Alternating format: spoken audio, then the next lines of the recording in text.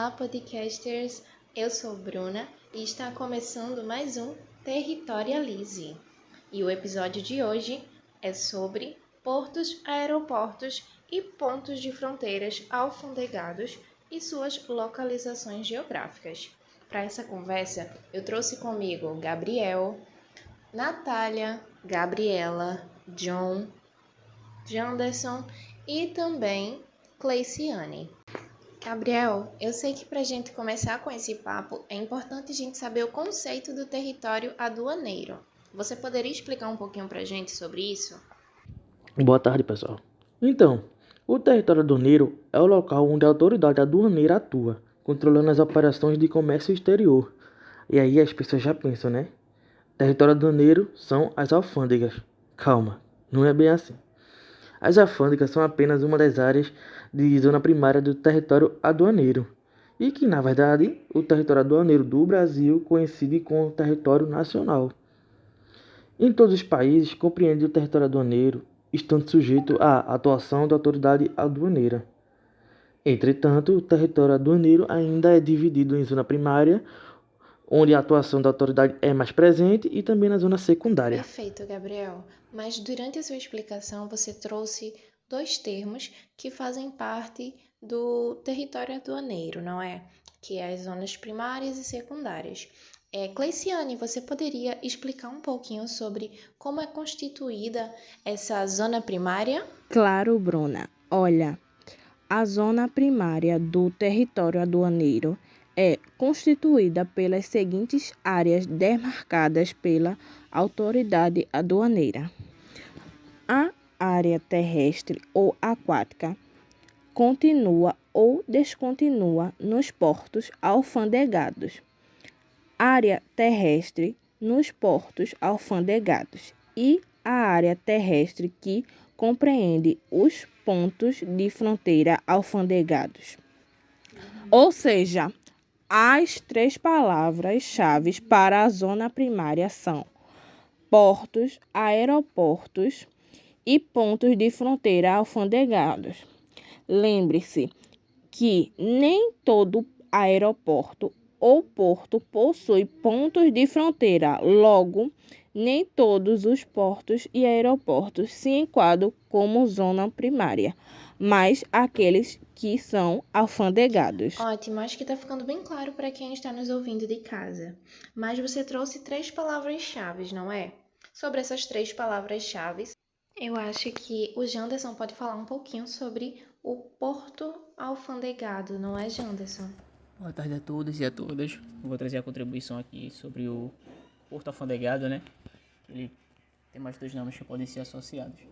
Toda importação ou exportação tem que passar por um local controlado pela Receita Federal para serem desembaraçados. Esse local é denominado recinto aduaneiro ou recinto alfandegado. O recinto aduaneiro ou alfandegado são áreas demarcadas pela autoridade aduaneira competente na zona primária dos portos organizados ou na sua zona secundária a estes vinculados. Ele traz também suas disposições preliminares, né, que são os seus artigos. Os recintos alfandegados serão assim declarados pela autoridade aduaneira competente na zona primária ou na zona secundária, a fim que neles possam ocorrer sob o controle aduaneiro movimentação, armazenagem e despacho aduaneiro de mercadorias procedentes do exterior ou destinada a bagagem de viajantes, remessas postais internacionais, como eu falei em cima, recitando. Ele é regulamentado pela portaria da Receita Federal do Brasil na lei do número 3.518 do ano de 2011, né?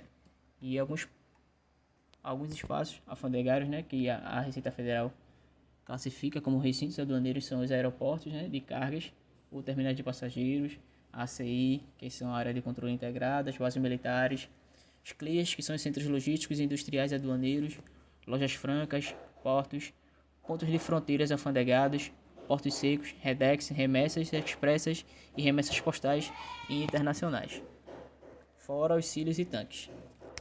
Então sou isso, obrigado pela minha contribuição, agradeço o espaço cedido. Certo, Janderson, obrigada. Continuando, temos também os aeroportos alfandegados.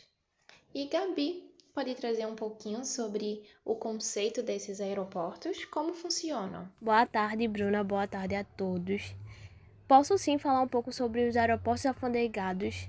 Então, como já ouvimos, ela faz parte da zona primária, que é destinada aos aviões cujo alfandegamento depende da prévia autorização do Ministério da Aeronáutica e do Ministério da Fazenda.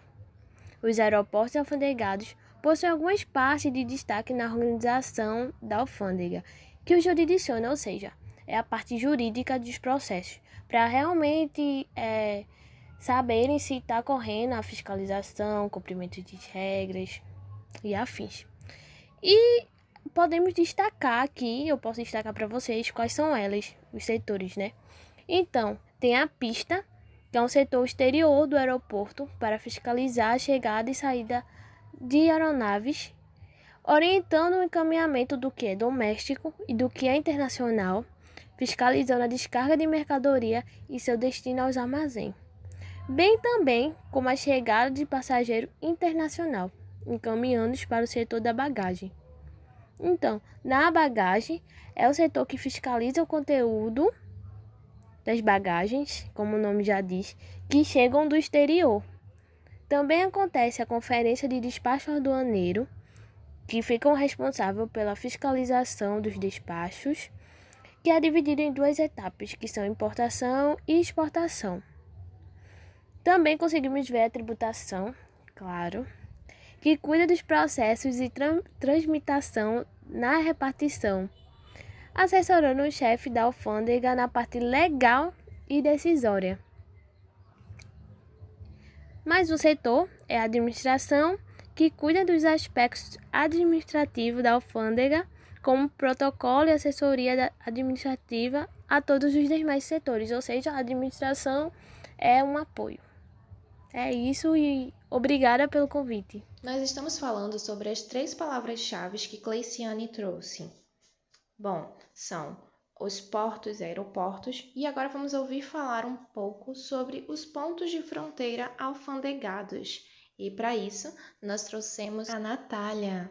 Nath, você pode falar um pouquinho sobre os pontos de fronteiras alfandegados? Oi, Bruna, sim. Então, o alfandegamento de pontos de fronteiras nas cidades fronteiriças teria a finalidade de possibilitar o tráfego local e exclusivo de veículos matriculados nessas cidades. Vale salientar que esses pontos de fronteira serão alfandegados pela autoridade aduaneira regional, que poderá fixar as restrições que julgar convenientes.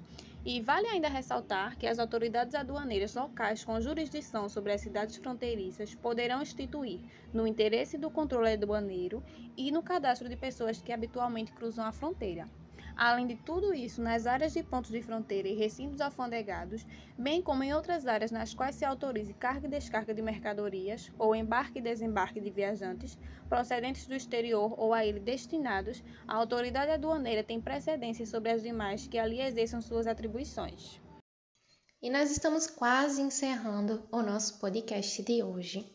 E para a gente encerrar, fechar com chave de ouro, nós também temos John, que vai falar um pouquinho sobre a zona secundária, que foi o que nós ouvimos mais cedo com Gabriel, onde ele trouxe que o território aduaneiro ele é dividido pela zona primária e secundária. Ouvimos um pouco sobre a zona primária e vamos conhecer um pouco sobre a zona secundária. John, você pode falar um pouco sobre isso?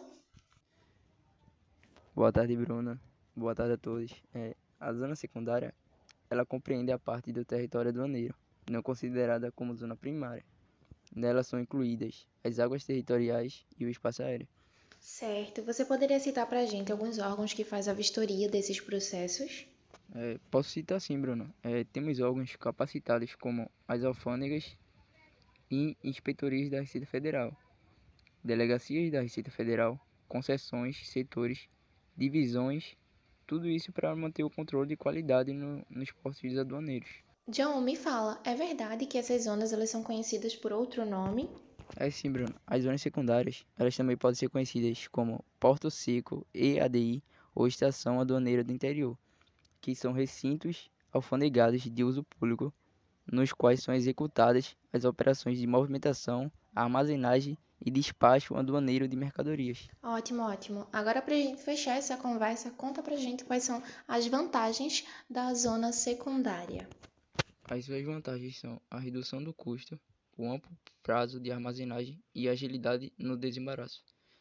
Valeu, John, e valeu a todo mundo que atendeu a esse convite. Obrigada a você também que nos ouviu. Esse foi o nosso Territorialize. E nos encontramos no próximo episódio. Beijo! Tchau, tchau!